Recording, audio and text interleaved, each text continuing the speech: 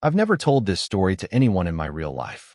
Not my friends, not my coworkers, not even my brother who thinks he knows everything about me. Maybe that's why I'm writing it here, the only place where a stranger might understand without looking at me like I've lost my mind. Because even now, a year later, I still don't know whether meeting her saved me or ruined me. Maybe both. The night it started, winter had already swallowed our small town whole. Snowbanks taller than the benches downtown, power lines covered in thick ice, the kind of cold that doesn't just sting, it feels personal. I was 24, working the closing shift at a hardware store that stayed open way too late for a place where people went to bed at 9. It was a Tuesday, which meant the store was dead except for old men buying salt and couples arguing about paint colors. 10 minutes before closing, the bell above the door rang. I looked up, annoyed that someone was coming in so late. And then I froze. She walked in shaking snow from her hair, her cheeks flushed from the cold, her gloves hanging from one hand. The street lamp outside framed her silhouette with this strange, dim halo. She wasn't older in a way anyone would point at. She looked mid-30s, confident, sure of herself, the kind of woman who you immediately assume has a life full of stories you're not experienced enough to understand. But it wasn't her looks that got me. It was the expression on her face, a mix of frustration, worry, and something else I couldn't name. Something heavy. She approached the counter and cleared her throat. "Sorry to come in so late. My heater went out," she said. Her voice was low, steady, but there was an edge under it. "Do you have space heaters? Anything left?" I showed her the aisle, trying to act normal, but my brain was doing gymnastics. She smelled like cold air and something warm, vanilla or cinnamon, maybe both. When she crouched to check a box, her hair fell over her shoulders and a few strands brushed the floor. She chose a heater, then hesitated before lifting it. "Here, I can take it," I said. "You're a lifesaver," she replied, giving me a quick smile. It wasn't flirtatious, just tired, grateful. But it still hit me harder than it should have. At the register, she rubbed her hands together for warmth. "Been a hell of a week," she said, mostly to herself. "I moved here 2 months ago, and I swear this town is trying to kill me." "You moved here? Voluntarily?" I asked before thinking. She laughed, a short, breathy sound that made her eyes soften. "Yeah, needed quiet. Needed to start over." I didn't know what that meant, but her tone told me she wasn't exaggerating. When she reached for her wallet, she paused. "Damn, I left it in my car. I'll be right back." She ran outside, leaving the heater on the counter. A minute passed, then another. Snow was coming down heavier. I started worrying she slipped on the ice or something. I was about to go check when she rushed back in, breathless and clearly embarrassed. "I'm so sorry," she said. "My car door froze shut. I had to fight with it like an idiot." I couldn't help smiling. Happens all the time. She paid and picked up the box, struggling again with the weight. "Let me carry it out for you," I said. She didn't argue. Outside, the wind sliced across the parking lot. Her old SUV idled with fogged-up windows. I set the heater in her back seat, and when I turned, she was watching me, really watching me, as if trying to gauge something. "Thank you," she said quietly. "I'm not used to people helping." I shrugged. "It's nothing." But she shook her head. "No, it's not nothing." Then she held out her hand. "I'm Lena." I told her my name. She repeated it slowly, like she was committing it to memory. Then she smiled, small, tired, meaningful. "Maybe I'll see you around." She drove off into the snow, taillights glowing red through the storm. I didn't know it then, but that night was the beginning of everything. The connection, the secrets, the moments that warmed me through the winter, and the choices that still keep me awake now. Alex couldn't stop thinking about Claire after that moment in the coffee shop. Her smile, subtle sarcasm, and mysterious gaze left him feeling like he had missed something. Walking the quiet streets of their small town, he replayed their brief conversation over and over. Every little gesture of Claire's seemed meaningful. He felt a mix of fear and curiosity. What secrets were hidden behind her eyes? And would he ever get close enough to truly know her? For the next few days, I kept replaying that night in my head. I told myself it was nothing, just a customer, just a late shift, just a moment frozen in winter air. But the truth was, I couldn't stop thinking about her. About the way she'd said my name like she was tasting it, about the tired smile, about that strange heaviness in her eyes. Small towns don't give you much to think about, so when something or someone, stands out, your mind grabs onto it like a lifeline. 3 days later, I saw her again. It was early evening, the sun almost gone, and I was scraping ice off my windshield after work. I heard someone behind me say, "This weather should be illegal." I turned, and there she was, Lena, wrapped in a dark coat, hair tucked into a knitted scarf. Her breath fogged in the air between us. "You again," she said, giving me a half-smile. "Are you following me?" I laughed. "Pretty sure you're the one who showed up at my job first." She pointed a gloved finger at me. "Fair enough." She walked around to the front of her SUV. The hood was up. That wasn't a good sign. "You having car trouble?" I asked. "Oh, just the usual winter ritual," she muttered, leaning over the engine. "It won't start. Battery, probably. Or maybe it hates me personally." "Want me to take a look?" I offered. She stepped aside, and I checked the battery cables. Sure enough, loose and corroded. Nothing dramatic, but enough to stop the engine from turning over. I tightened them using the wrench from my truck and told her to try again. She turned the key. The engine coughed, then roared to life. She let out a relieved laugh, her head dropping against the headrest for a moment. "You're going to think I'm the most helpless person alive." "No," I said. "Just unlucky." She closed the door and stepped out, brushing snow from her coat. "Let me buy you a coffee or something. You just saved me from freezing to death in a grocery store parking lot." "You don't have to." "I know I don't." She gave me a look, firm but kind. "But I want to." So we walked across the street to a small cafe that tried way too hard to be trendy, but served good hot chocolate.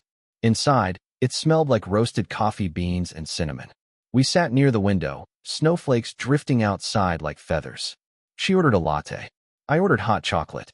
She raised an eyebrow. "You really like sweet stuff, huh?" I shrugged. "It's winter. It's allowed." She smiled, then went quiet.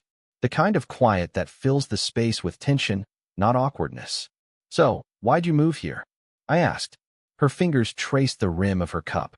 "Long answer or short one?" "Whatever you feel like saying." She took a breath, exhaling slowly. I needed out. Out of a situation. Out of a life that felt like it belonged to someone else. She paused. "And I needed a place that didn't know me." I nodded, but didn't push. She looked at me then. A long, searching look, before asking, "And you? Born here?" "Yeah," I said. "Most people move away. I just never did." "Why not?" I had no good answer. "Maybe because I don't know where else to go." Her lips curved into a thoughtful smile. "Maybe that's not such a bad thing." We talked for almost an hour. She was smart, sharp, and funny in a way that caught me off guard. Not loud, not trying to impress, just real. And open in bursts, like a person testing whether they could trust me with pieces of themselves. When we finally stepped outside, the world felt even colder, but somehow lighter. She pulled her scarf tighter. "Thanks for the company," she said. "It was nice." "It was." She hesitated, then added quietly, "I don't get many nice moments lately." Something in me shifted hearing that. She opened her car door, but stopped. "Hey, you work tomorrow?" "Yeah," I said. "Maybe I'll stop by." She said it casually, but her eyes said something else. Then she drove off, leaving me in the glow of her taillights again, the snow falling hard around me. And just like that, she was no longer just a passing moment. She was becoming a part of my winter. The next day, Alex found himself deliberately taking routes that might cross Claire. When he finally saw her at the bookstore, their eyes met, and he felt his heart skip. He noticed how natural she seemed among the books, how her laughter carried warmth, and how effortlessly she drew people in. Alex realized he wanted more than just fleeting encounters. She didn't come by the next day, or the day after that. I told myself it didn't matter, that I barely knew her, that she didn't know me anything, that maybe she just said it to be polite. But every time the bell above the store door rang, I caught myself glancing up too quickly, pretending I wasn't looking for her. By the third day, I'd convinced myself I was being ridiculous. Then, on the fourth evening, 10 minutes before closing, just like the first time, she walked in. No snow in her hair this time. No tired look. Instead, she wore a soft gray sweater and a calm expression, like she'd had a decent day for the first time in a long while. She saw me, and the corners of her mouth lifted into a small, warm smile that made something in my chest loosen. "Hi," she said. "Hi. I wasn't sure if you'd be working." "I usually am," I said. "This place practically owns my soul." She laughed lightly and walked toward the counter, tapping her fingers on the surface as if she were nervous. It was the first time I'd seen her look anything less than composed. "So," she said, "I don't actually need anything today." "Oh, I just came by." She glanced around the empty store, then leaned slightly on the counter. "I think I owe you another coffee." "You don't owe me anything." "Maybe I don't." She held my gaze. "But I want to." We left the store together after I locked up, stepping into the crisp night air. The town was quiet, the snow reflecting the yellow glow of the streetlights. Lena walked with her hands in her coat pockets, shoulders slightly hunched against the cold. "Rough day?" I asked. "Not rough," she said. "Just long. And I didn't want to be alone with my thoughts tonight." I didn't press. I didn't need to. We went back to the same cafe. The barista gave us an odd look, probably because we were the only customers under 40 they'd seen after dark all week. We ordered the same drinks as last time and sat in a booth near the heater, warmth slowly seeping through our clothes. "So," she said, wrapping her hands around her latte. "Tell me something about you." "Like what?" "Anything. Something real." I thought for a moment. My dad used to fix old cars in our garage. He died when I was 19. I guess that's why I learned to work with tools and machines. Felt like the only way to hang on to him. Her expression softened. "I'm sorry. It was a long time ago." "Doesn't matter," she said. "Long time doesn't erase everything." I nodded. "What about you? Tell me something real." She hesitated, looked down, then back up. "I was married," she said quietly, "for almost 10 years. I didn't react, didn't flinch. Just listened. It wasn't good. It wasn't always bad, either, but it ended messy. And it left me feeling like I'd failed at something everyone else seems to understand." "That's not something you failed at," I said carefully. "Sometimes things just break." She smiled faintly. "You're young to talk like that." "Winter ages people," I said, shrugging. She laughed softly, then turned serious again. "The truth is, I moved here to start over. To breathe. To stop looking over my shoulder. To stop feeling like I'm living in someone else's shadow." I didn't ask what she meant. Not yet. But I filed the words away, every one of them. We talked until closing time again. Not big talk, not dramatic confessions, just small things, funny things, quiet things. Enough to make the world outside feel far away. When we stepped outside, snow had started falling again, slow and gentle. At her car, she paused before opening the door. "You make this winter feel less awful," she said. "You make the whole town feel less boring." She smiled, a real one this time, bright enough to fight the cold. "See you soon?"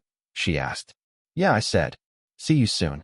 She got into her SUV, but she didn't drive off immediately. She sat there a moment, watching me through the snowfall. And for the first time, I felt the shift, the quiet, unmistakable beginning of something neither of us quite understood yet. After weeks of small chats and coincidental meetings, Alex finally got up the courage to ask Claire to coffee. The first real conversation between them lasted hours, touching on everything from music to childhood memories. He could sense the depth in her life experience, the quiet wisdom behind her jokes, and he was captivated. For the first time, he wondered if age truly mattered. Over the next 2 weeks, Lena became a quiet constant in my life. Not predictable, not routine, but present in a way that felt intentional. Some days, she stopped by the store just to talk for 5 minutes while pretending to browse. Other days we grabbed coffee, or walked around the snowy downtown, or just sat in her idling car talking about nothing and everything. I'd never had someone like her around before, steady, self-possessed, but also carrying this undercurrent of hurt she tried to hide. And I didn't push. I didn't ask too many questions. It felt like if I did, she might disappear back into whatever past she was running from.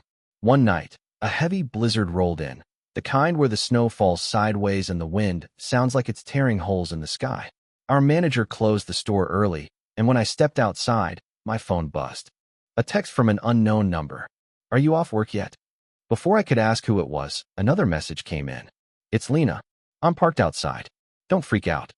I looked up and saw her SUV idling near the sidewalk, snow piling on the hood. I jogged to the passenger door and climbed in, shaking off snow. "You drove in this?" I asked.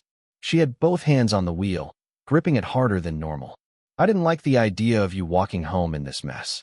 Besides," she glanced at me, cheeks pink, "I wanted to see you." That last part hit me harder than it should have. Where are we going? I asked. Anywhere that has heat, she said. My power went out again. So your place is freezing? It's uninhabitable. Then let's go to mine. She blinked, surprised. Are you sure? It's warm. And I've got instant ramen. That's a selling point. She smiled at that, a soft, tired smile. Okay. My apartment wasn't impressive. Small living room, old couch, mismatched chairs, a heater that rattled like it had emphysema. But it was warm. When we stepped inside, Lena stood near the door a moment, rubbing her arms, looking around like she was trying to memorize the place. It's cozy, she said. That's a generous way of describing it, I replied. She slipped off her boots and walked to the window, watching the storm whip through the streetlights. This kind of weather used to calm me, she said quietly. Now it just makes me feel trapped. Trapped how? She didn't answer. Instead, she turned back to me with a forced smile. Never mind. Do you have tea? I made her chamomile and sat beside her on the couch. The storm howled outside, rattling the windows. Her shoulders slowly relaxed as the warmth settled into her. This is the first time I've been in someone else's home since I moved here, she said. That's surprising. I told you, she said softly. I didn't come here to meet people. Then why are you here with me? She looked at me, not flirty, not playful. Searching, measuring. Because you make me feel like I'm allowed to breathe. A beat. And that scares me. I'm not trying to scare you, I said. I know. That's the problem. She set her tea down and pulled her knees up on the couch. The dim light from the kitchen made her features look softer, younger, almost fragile. You're too good, she whispered. I'm not. You are, she insisted. And I'm not used to people like you. For a moment, the room felt too small for everything she wasn't saying. The storm outside, the warmth inside, her voice trembling at the edges, it all tightened into something almost electric.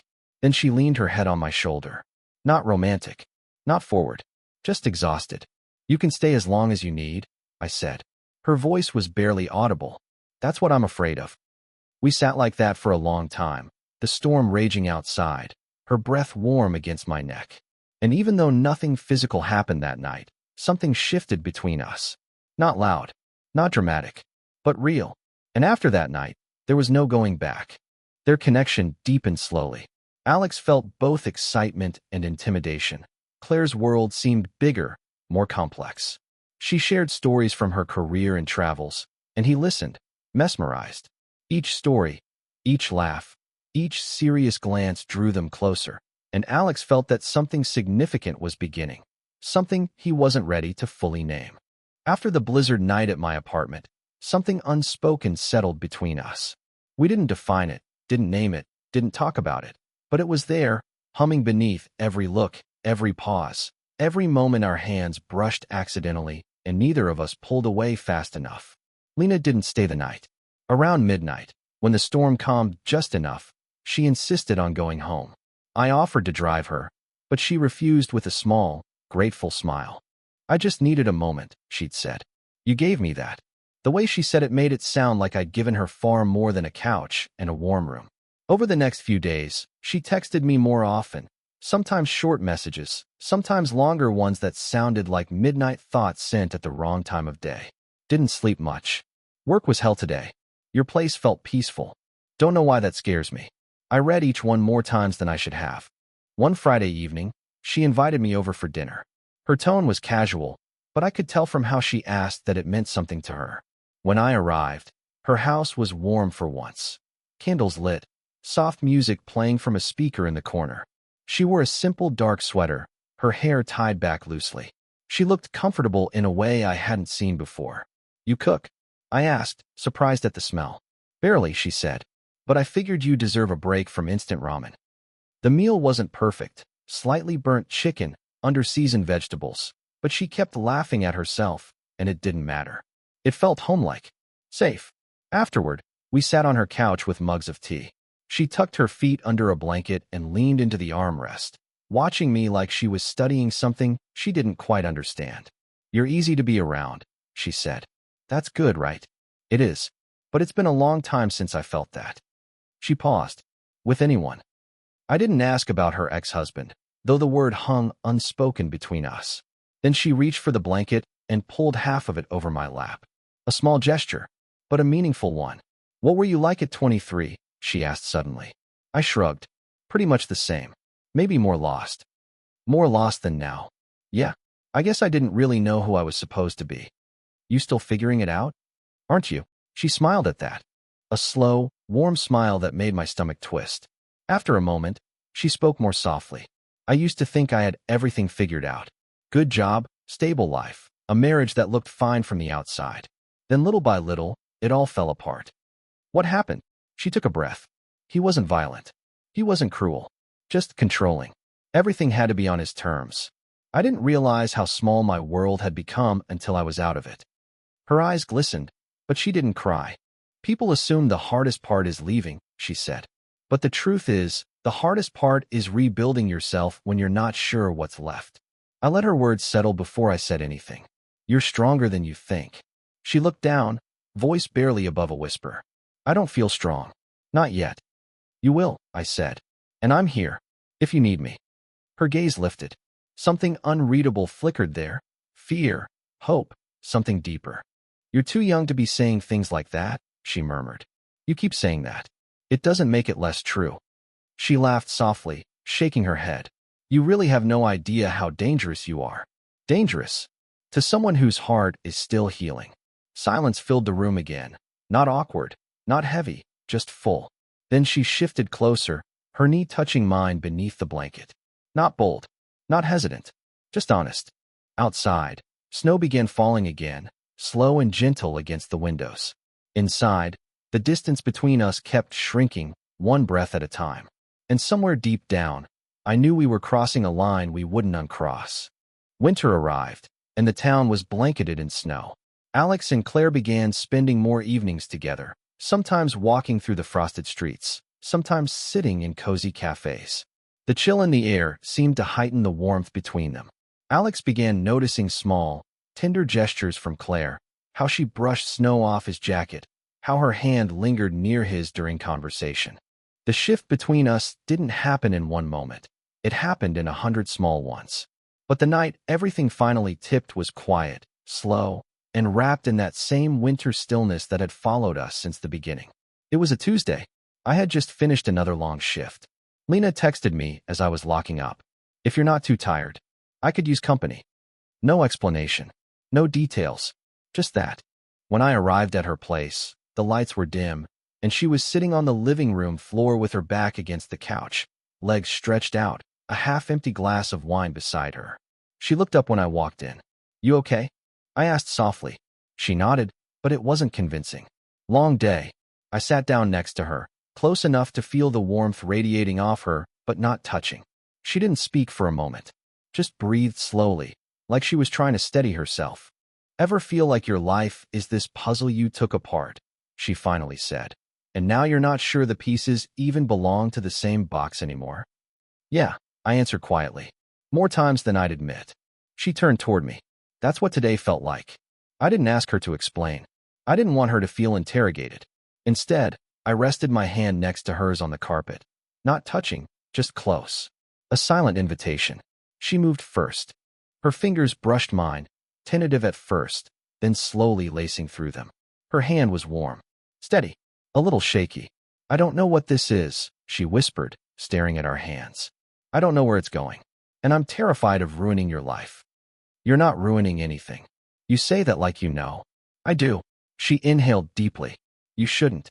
I squeezed her hand, gentle but certain. Then why do you keep calling me? Asking me to stay? Letting me in? Her throat worked as she swallowed. Because when I'm with you, I don't feel broken. Her voice cracked just enough to make something twist sharply inside me. I shifted closer, my knee brushing hers. She didn't pull away. If anything, she leaned into the contact. Lena, I said softly, you're not broken. She closed her eyes. You say it like it's simple. It is. No, she whispered. Not for me. Her shoulders trembled, and suddenly she wasn't just tired. She was overwhelmed. Worn thin, holding herself together with whatever leftover strength she had. In that moment, I didn't think. I just moved. I wrapped an arm around her. Slowly, carefully, like she was something fragile I didn't want to startle. She stiffened for half a second, then melted into me, her forehead pressing against my neck. her breath warm and uneven against my skin. Her hands gripped the fabric of my shirt like she needed something solid to hold on to. For a long minute, she didn't speak. Neither did I. When she finally pulled back, her eyes were red, not from crying, but from holding too much inside for too long. "Sorry," she whispered. "Don't be. I don't let people see me like this. I'm not people." That made her exhale a shaky laugh, quiet and pained and grateful all at once.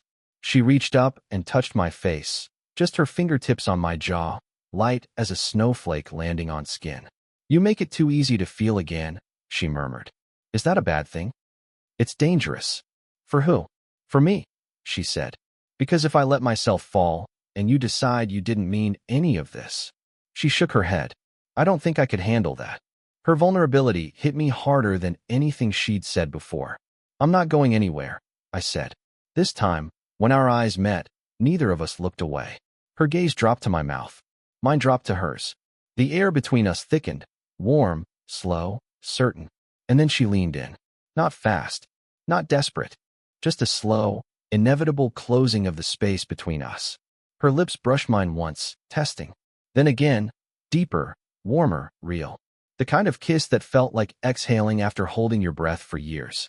When she finally pulled back, she rested her forehead against mine. "Tell me this isn't a mistake," she whispered. "It's not." Outside, snow drifted down in soft waves. Inside, winter felt 1,000 miles away. Alex and Claire's relationship was no longer just casual meetings. They shared moments of vulnerability. Claire confided about past heartbreaks, Alex about insecurities. With each revelation, trust grew.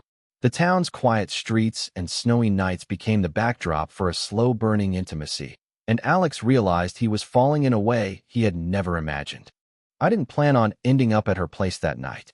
If anything, I told myself I'd walk her to her porch, say goodnight, and go home to overthink everything the way I usually do. But the roads were sheets of ice, the snow was falling sideways, and the wind had picked up so sharply it felt like it could slice through my jacket. As we turned onto her block, the streetlights flickered, and the whole neighborhood looked like it was bracing for something big. "Power's gonna go out," she said, glancing at the sky as if she could read it like a book. "You always predict storms?" I asked. "No, but I know when the world is about to shut up and force us to pay attention." I didn't know what that meant at the time. I would later. We reached her front steps, just as the first transformer somewhere down the street let out a loud pop. The houses dimmed, then went dark. "Well," she said, pushing the door open. "Unless you're planning to skate home, you better come inside." I didn't protest. I couldn't have walked back in that wind anyway. Inside, the house was warm and smelled faintly like cedar and vanilla. She lit a couple of candles without hesitation, like she'd done this 1,000 times. I stood in the entryway feeling like some clueless kid who stumbled into the home of someone far more put together. "You're stiff," she said. "Sit. Relax. I don't bite unless asked." I almost choked on air.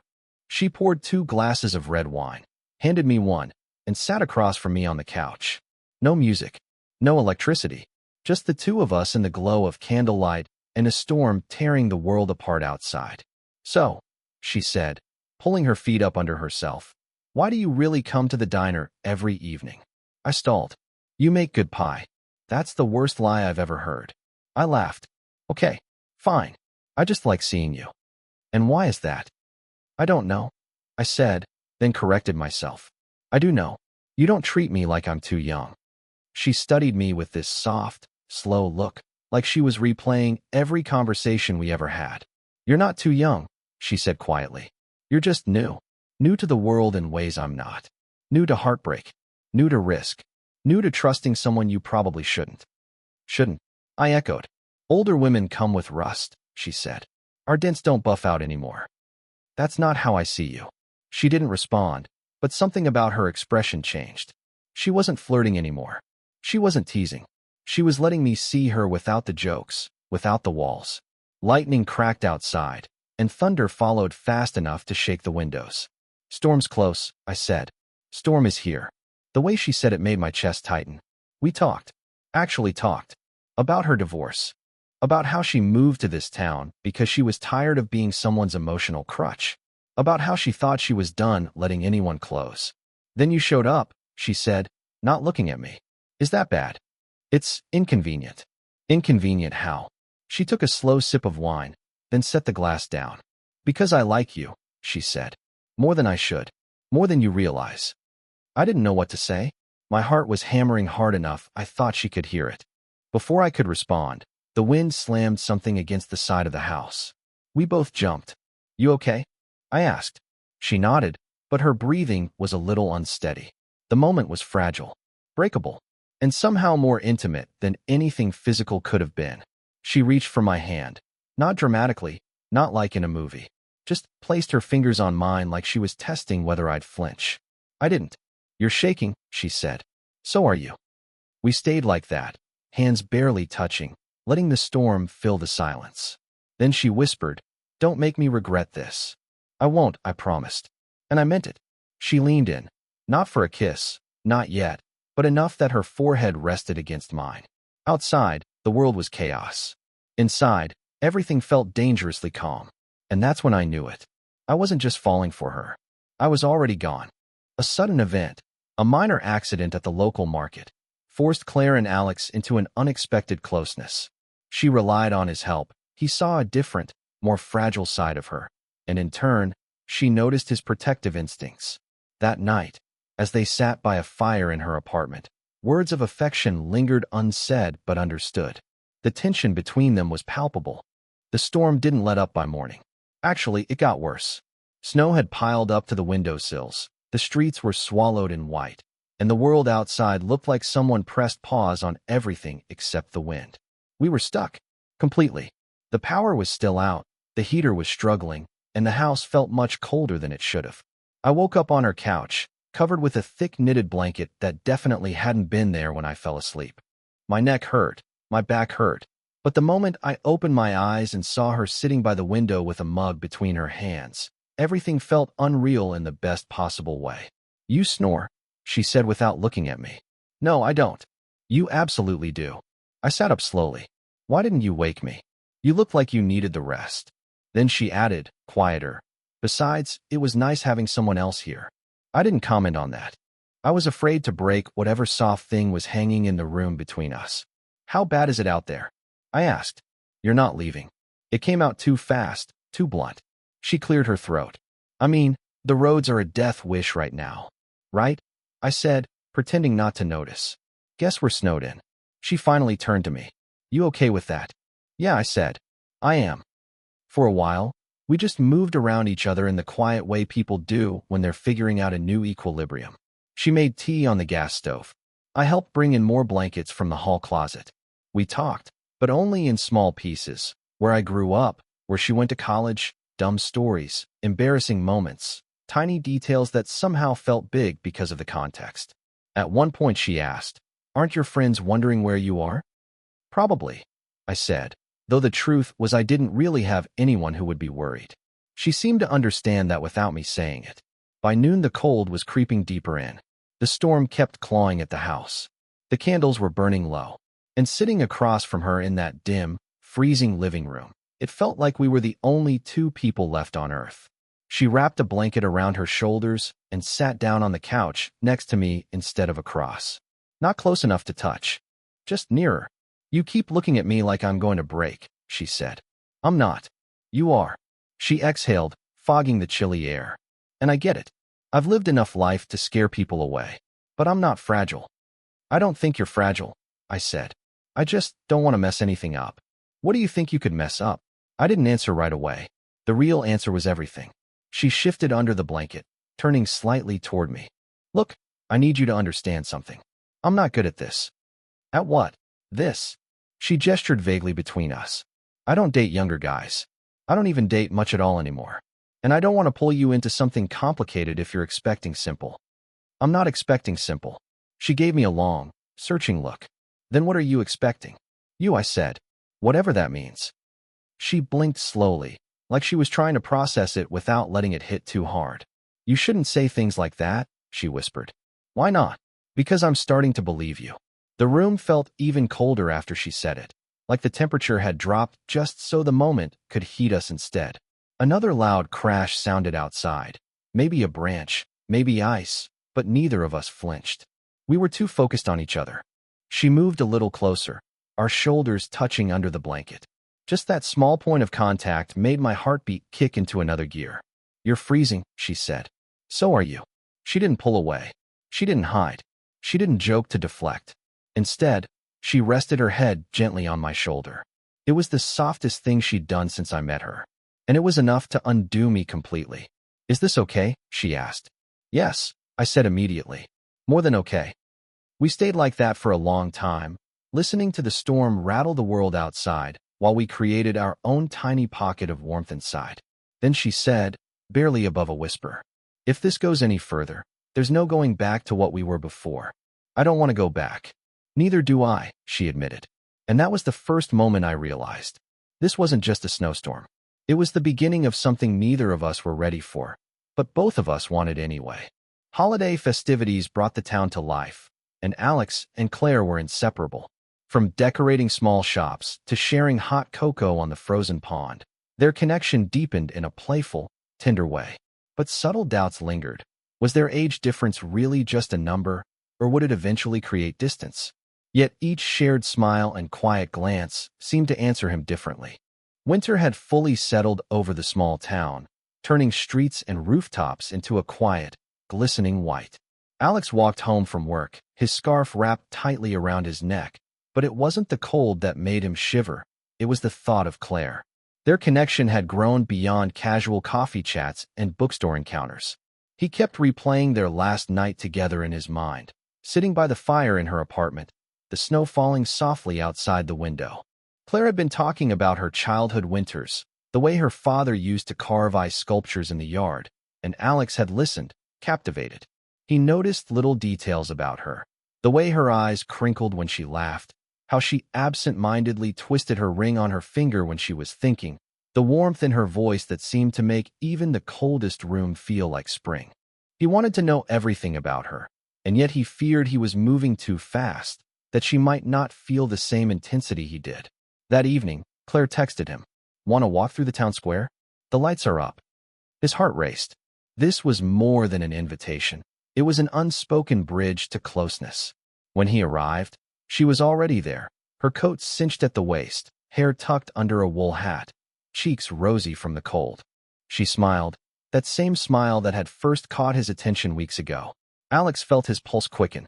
They walked together under strings of glowing lights, their breaths creating little clouds in the frosty air. Claire told him about her work, her frustrations and small victories, and Alex shared moments from his own life, his fears about adulthood, his struggles with feeling unprepared for the future. Each word they exchanged built a fragile, unbreakable trust. He realized that Claire's age and experience weren't barriers. They were what made her captivating, what drew him in further. Then, a small crisis unfolded. A stray dog ran across the square, knocking over a display of decorations. Claire jumped back, startled, and Alex instinctively grabbed her arm. Her hand lingered in his for a heartbeat longer than necessary, and in that moment, he felt a surge of something deeper than attraction, something like protection, intimacy, and belonging all at once. Claire laughed, a little embarrassed, and Alex laughed with her, the sound mixing with the distant holiday music. Later, they found a quiet corner of the square, a bench near the fountain dusted with snow. They sat side by side, shoulders touching, hands brushing occasionally. Claire shared a story about a failed winter romance long ago, and Alex admitted he had never felt truly connected to anyone the way he felt with her. She looked at him, eyes wide, searching, as if weighing his words against her own fears. "Alex," she said softly, "I don't know where this is going, but I like it. I like us." Her confession sent a rush of warmth through him, and he realized he didn't need everything to be perfect. He just needed her presence. He reached for her hand, holding it gently, savoring the moment. The snow continued to fall, quiet and steady, like a soft soundtrack to the life they were beginning to build together. As they walked back to their separate homes, their fingers remained intertwined, reluctant to let go. Alex knew things were changing, that this was no longer casual. Claire had opened a door to something unexpected, something that challenged him, excited him, and terrified him all at once. And for the first time in his life, he was ready to step fully through it. The winter storm hit harder than anyone had expected. Roads were closed, and the small town seemed to vanish under a thick blanket of snow. Alex had been on edge all day, worried about Claire. She had invited him to her cabin on the outskirts of town, promising hot chocolate and a quiet evening by the fireplace. He had driven carefully through the snow, thinking of the hours ahead, hours where words might finally give way to feelings neither of them had fully admitted.